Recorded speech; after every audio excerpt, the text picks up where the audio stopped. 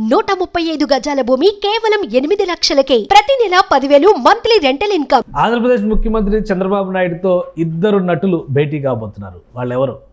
రామ్ చరణ్. ఇలా డిస్కషన్ జరుగుతుంది. త్రిబుల్ సినిమాతో ఒక కాంబోగా దేశం మొత్తాన్ని ఊపేసిన జూనియర్ ఎన్టీఆర్ అలానే రామ్ చరణ్ ఇద్దరు కలిసి చంద్రబాబు నాయుడుతో భేటీ కాబోతున్నారు. ప్రధానంగా వరద బాధితుల సహాయం విషయంలో ఈ భేటీకి ఉన్న ప్రాధాన్యం ఏంటి? ఈ అంశాన్ని విశ్లేషించేటువంటి ప్రయత్నం చేద్దాం. మనతో పాటు పొలిటికల్ అనలిస్ట్ చంద్ర శ్రీనివాస్ గారు. చంద్ర శ్రీనివాస్ గారు నమస్కారం. నమస్కారం.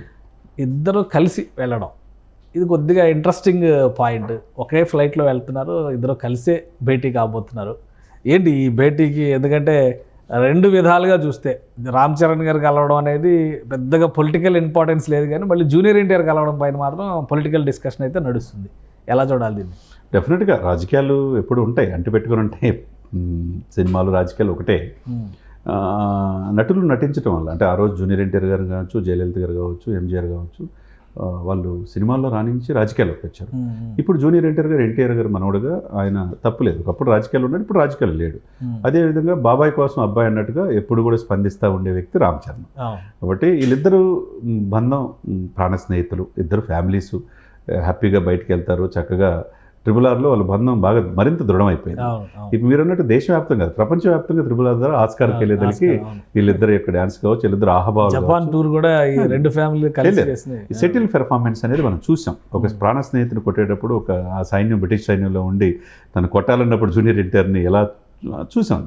వీళ్ళిద్దరూ ఆ విధంగా మంచి పేరు తెచ్చుకున్నారు, మంచి ప్రాణ స్నేహితులు ఉన్నారు. కాబట్టి తప్పే ఉంది. ఇద్దరు ఫస్ట్ టైం ప్రకటించింది ఇండస్ట్రీలో ఎవరింటారు? జూనియర్ ఎన్టీఆర్. 2 రాష్ట్రాలకు 50 లక్షలు ప్రకటించారు. అదేవిధంగా ఆ తర్వాత మెగాస్టార్ గారు కూడా రామ్ చరణ్ ఇద్దరు ఇండివిజువల్గా ప్రకటించారు. కాబట్టి ఇద్దరు ప్రాణ స్నేహితులు. కాబట్టి నిన్న బాలకృష్ణ గారు వెళ్ళాడు, ఆయన ప్రియ శిష్యులు మిగతా విశ్వక్సేన, సిద్ధు దొంగలగడ్డతో పాటు వెళ్ళి వాళ్ళు 5 లక్షలు 10 లక్షలు అట్లా ఇచ్చారు. ఈయన 50 లక్షలు ఇచ్చాడు వాళ్ళ బావగారి కోసం. అది నిన్న జరిగింది.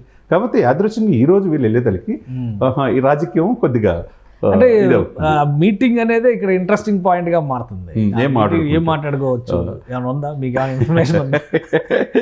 ఇక్కడ ఒకటండి, ఇక్కడ చంద్రబాబు నాయుడు గారు సీఎం హోదాలోనే చూస్తాడు.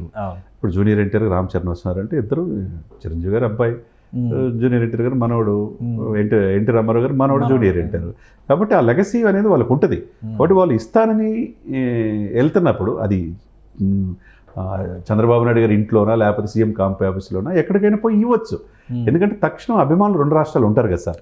అది ఏ నటులకైనా అభిమానులు ఉంటారు. ఆ అభిమానుల ద్వారానే ఈరోజు అంత అగ్రహీనులుగా వీళ్ళు చలామణి అవుతున్నారు. కాబట్టి స్పందించే ఉదయం ఉంది. కాబట్టి హీరోయిన్లకు ఎదురుగా లేదని అర్థమైపోయింది.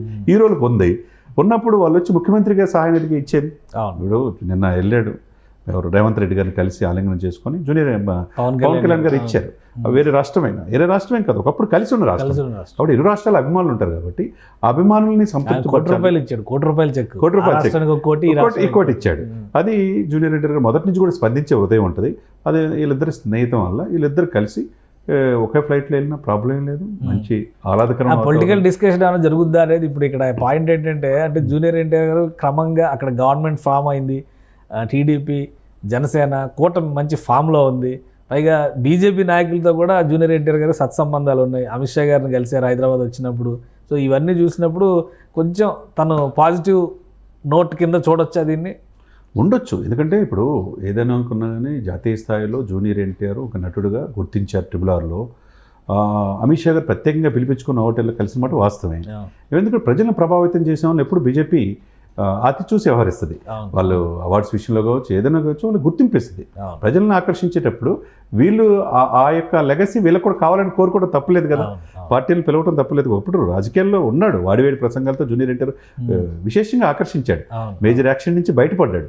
బట్ ఇప్పుడు నాకు తెలిసి ఇంకో 4 సంవత్సరాల పాటు 2028 దాకా ఆయన రాజకీయాల్లో మాట్లాడు. ఎందుకంటే పూర్తిగా సినిమాలతోనే ఉంటాడు. ఇక ఎటు తిరిగి గ్లోబల్ స్టార్గా ఎదిగిన రామ్ చరణ్ వాళ్ళ బాబాయ్ కోసం అప్పుడప్పుడు మాట్లాడతాడు. కానీ ఆయన పూర్తిగా ఆ సినిమా మొన్న ఎలక్షన్ క్యాంప్ అయినప్పుడు కూడా వెళ్ళి చెయ్యి ఊపారు, కానీ ఏం చెప్పలేదు. చాలు చెయ్యి ఊపితే చాలు. ఇక్కడ ఏంటంటే ఇక్కడ అప్లికేషన్ ఏమి లేదు. ఇక్కడ జూనియర్ ఎన్టీఆర్ గారు రాలేదు అని చెప్పి వాళ్ళు అంటానికి ఆయన ఇష్టం. వాళ్ళు పిలవలేదు, ఈయన రాలేదు, అది వాళ్ళ ఇష్టం, వాళ్ళ వ్యక్తిగతం. ఇక్కడ ఏంటంటే స్వచ్ఛందంగా సేవ చేయాలనే ఆలోచన ఉన్నప్పుడు వాళ్ళిద్దరూ అన్నదమ్ములాగా ఒక ఫ్రెండ్స్ ప్రాణ స్నేహితులాగా వెళ్ళి ఈరోజు గన్నవరం విమానాశ్రయం దిగి చంద్రబాబు నాయుడు గారి దగ్గరికి వెళ్ళి ఇవ్వటం అనేది ఆంధ్రప్రదేశ్ ప్రజలు మంచిగా ఇది కదా కావాల్సిందనే ఫీల్డ్లో వాళ్ళు ఉంటారు. సో అదే తరహాలో మరి అల్లు అరవింద్ కొడుకు అల్లు అర్జున్ ఆయన కూడా ₹1,00,00,000 అనౌన్స్ చేశారు కదా. సో ఆయన ఒకవేళ వెళ్తే అపాయింట్మెంట్ ఇస్తారా? ఆయన కలవడానికి ఇబ్బందులు ఉంటాయి? ఎందుకుంటే అదే ఉండదండి. రాష్ట్రాలు ఆయన అందరూ కూడా మానవతా సాయం అందించేందుకు కదిలేరు కాబట్టి ఖచ్చితంగా దాన్ని ఆహ్వానించే పరిణామమే, దాన్ని ఎవరు విమర్శించకూడదు. ఆయన కూడా స్పందించాడు, 2 రాష్ట్రాలు 50 లక్షలు ఇచ్చాడు, కేరళ కూడా సాయం చేశాడు. కాబట్టి ఆయన కూడా ఐకాన్ స్టార్ కాబట్టి ఆయన కూడా వెళ్ళొచ్చు, ఆయన కూడా ఇవ్వచ్చు. దానికి మనం ఏం పేరు ఇది రాజకీయాలకు అతీతమైనటువంటి కలయికగా చూడాలా? రాజకీయాల గురించి కూడా చర్చ జరుగుతుంది అంటే రాజకీయాలు అతీతంగా చూడాలి సార్. ఇక్కడ హ్యుమానిటేరియన్ గ్రౌండ్స్, ఎందుకంటే రాజకీయాలు పక్కన పెట్టి తోటి తెలుగు ప్రజలు ఇబ్బంది గురవుతున్నప్పుడు, సర్వస్వం కోల్పోయినప్పుడు తన వంతు సహాయం చేస్తున్నప్పుడు ఆ మానవ దృక్పథంతో మనం చూడాలి. రైట్. థ్యాంక్ యూ చంద్ర శ్రీనివాస్ గారు. ఈ భేటీ ఖచ్చితంగా ఒక అరుదైన భేటీగానే చూడాల్సి ఉంటుంది. ఒకవైపు మెగాస్టార్ తనయుడు, మరోవైపు ఎన్టీఆర్ వారసుడు లేదా ఎన్టీఆర్ మనవడు జూనియర్ ఎన్టీఆర్ అడుగు పెట్టడం అనేది ఏపీలో ఒక ఆసక్తికరమైనటువంటి పరిణామం. అలానే అనేక మంది నటీనటులు వరద బాధితుల్ని ఆదుకునే క్రమంలో విరాళాలు ప్రకటించారు కాబట్టి అలాంటి వారు అందరికీ అపాయింట్మెంట్ ఇస్తారు. కాబట్టి ఇది కూడా అటువంటి అపాయింట్మెంట్గానే చూడాలి. రాజకీయ ప్రాధాన్యం ఎట్టి పరిస్థితిలో ఉండదని చంద్ర శ్రీనివాస్ గారు విశ్లేషిస్తున్నారు. ఇది special discussion. Keep watching. Suman టీవీలో మీ పర్సనల్ అండ్ బిజినెస్ ప్రమోషన్స్ కోసం కింది నెంబర్కి కాంటాక్ట్ చేయండి.